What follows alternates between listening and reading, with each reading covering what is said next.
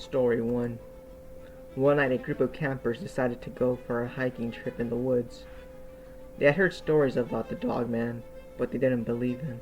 They thought it was just a campfire's tale. They hiked for hours until they came to a clearing and decided to stop and rest in it for a while. They built a campfire and told stories. As the night went on, the campers started to get sleepy, so one by one they drifted off to sleep. One camper, a young man named Alex, couldn't sleep. He had a feeling that something was off, so he got up and walked around the campfire. He heard a noise coming from the woods. It was a low and powerful growl.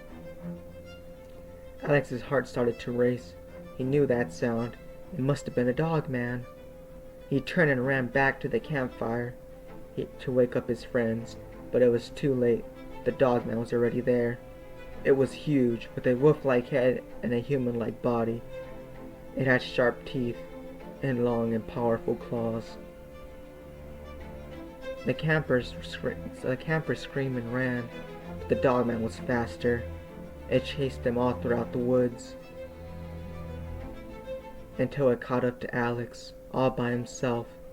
He could hear it getting closer, and he knew he couldn't outrun it. He tripped and fell, and worst of all, the Dogman pounced on him. Alex screamed in terror as the Dogman opened its mouth and sunk its teeth in Alex's neck. He felt a pain as its fangs tore through his flesh, and Alex's vision started to blur. He knew he was dying. As he closed his eyes, the Dogman's glowing red eyes stared back at him. It was the last thing he ever saw. The next morning, the other campers found Alex's body. It was torn to shreds. The other campers fled the woods in terror. They knew that the Dogman was real, but they also knew that sadly nobody else would ever believe them. Story 2. One night, a group of teenagers decided to go camping in the old woods. They had heard stories about the Dogman, but they thought of it as just a folk tale to scare people away from the woods. The teenagers set up their camp and started a campfire. They told stories and laughed until the late hours of the night. They decided to go to bed. One of the teenagers, a girl named Sarah, woke up in the middle of the night. She needed to go to the bathroom, so she got up out of her tent and walked into the woods. As Sarah walked, she heard a noise behind her. She turned around, but she didn't see anything, so she started to walk again, but then she heard the noise again. This time it was even closer. Sarah turned around again, and this time she saw it. It was a Dogman. It was standing about 20 feet away from her, staring at her with its glowing yellow eyes. Sarah was terrified. She tried to run, but the Dogman was too fast. It chased her through the woods until she tripped and fell. The Dogman pounced on Sarah and pinned her to the ground. It opened its mouth wide, revealing a row of sharp teeth. Sarah screamed for help, but no one could hear her. Just as the Dogman was about to bite into her, she heard a gunshot. The Dogman yelped in pain and ran away. Sarah looked up and saw a man standing over her. He was holding a rifle. "Are you okay?" the man asked. Sarah nodded. She was too scared to speak. The man helped Sarah to her feet and took her back to the campsite. He told the other teenagers what had happened, and they were all horrified. The teenagers decided to pack up their camp and leave the woods immediately. They were too scared to stay any longer. As they were leaving, they heard a howl in the distance. It was the Dogman.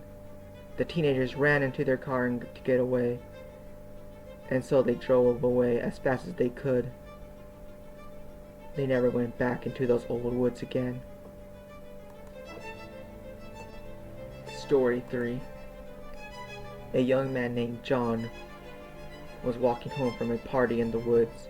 He had heard stories about the woods from his grandfather, who told him that there was a creature called the Dogman in them. But he thought that it was just a wise tale from his grandfather to scare him away from there. John was walking down a dark path when he heard a noise behind him. He turned around, but he didn't see anything.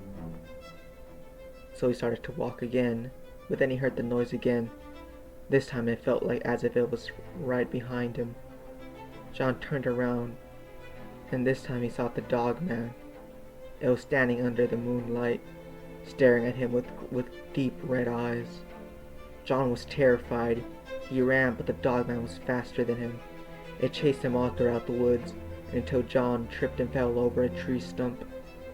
The Dogman pounced on John and pinned him to the ground.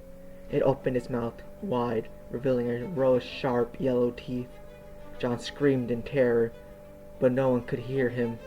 Just as the Dogman was about to bite John, he heard a loud bark. He looked up and saw his dog, Max, standing in front of him. Max was growling at the Dogman, his fur standing on end. The Dogman hesitated for a moment, then turned away and ran away. John was laying on the ground, too scared to move. Max licked his face and whimpered. John slowly got to his feet and hugged Max tightly. He knew that if it hadn't been for his dog who had shown up in that moment, he would have been killed by the Dogman. John and Max walked home together. John never forgot what happened to him that night. He knew that the Dogman was real, and that it was all thanks to his dog Max that he survived. Story 4. The old man had warned me, stay off the Dogman's trail. I didn't know what he meant. I had never heard of the Dogman before, but I was young and curious, so I just had to go see for myself. I followed the trail deep into the woods. It was a narrow, winding path, overgrown with trees and bushes. I could hear the sound of the river nearby, but I couldn't see it. I had walked for a long time until I came to a clearing. In the middle of the clearing was a large pile of bones. I gasped in horror. I had never seen so many bones in one place. There were human bones, animal bones, and even bones of dogs. I knew then that the old man had been right. I was on the Dogman's trail. I turned to run, but it was too late. The Dogman was right behind me. It was tall and muscular, with a wolf's head and human-like body. It had sharp yellow teeth and glowing red eyes. The Dogman let out a blood-curdling howl and chased after me. I ran as fast as I could, but the Dogman was faster. It caught up to me and knocked me to the ground. It opened its mouth, prepared to sink its teeth into my flesh. Just then I heard a gunshot. The Dogman yelped in pain and ran into the woods, as if it was a scared creature. I looked up and saw the old man standing over me. He had a revolver in his hands. I told you to stay off the Dogman's trail, he said.